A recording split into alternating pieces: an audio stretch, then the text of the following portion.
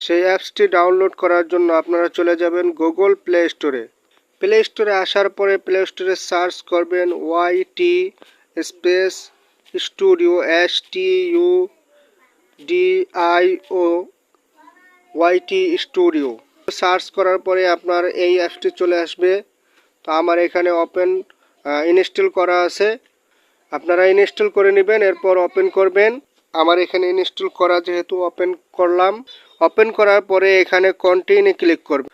Continue click করার পরে আপনারা দেখতে পাচ্ছেন যে আমার একটি ভিডিওতে থাম্বনেল অ্যাড করা নাই। তো আমরা এখন এই ভিডিওতে থাম্বনেল অ্যাড করব।